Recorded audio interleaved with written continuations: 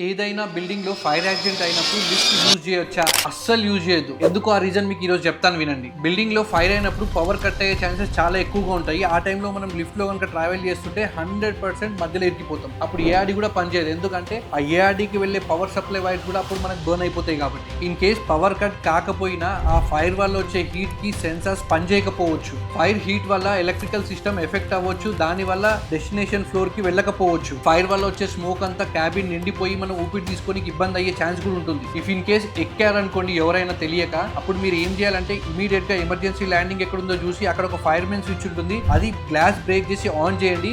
అప్పుడు లిఫ్ట్ ఎక్కడున్నా ఏ wires cut అయినా మీకు ఆ ఫ్లోర్కి వచ్చి ఎమర్జెన్సీ ల్యాండింగ్ ఫ్లోర్కి వచ్చి ఆగిపోతుంది. ఫైర్ ఎమర్జెన్సీ వచ్చినప్పుడు యూజ్ చేయాల్సింది లిఫ్ట్ కాదు, స్టేర్ కేస్. ఈ ఒక్క చిన్న డెసిషన్ మీ ప్రాణాలని కాపాడుతుంది. ఇలాంటి మరిన్ని సేఫ్టీ ఫ్యాక్ట్స్ కోసం please do follow star lifts.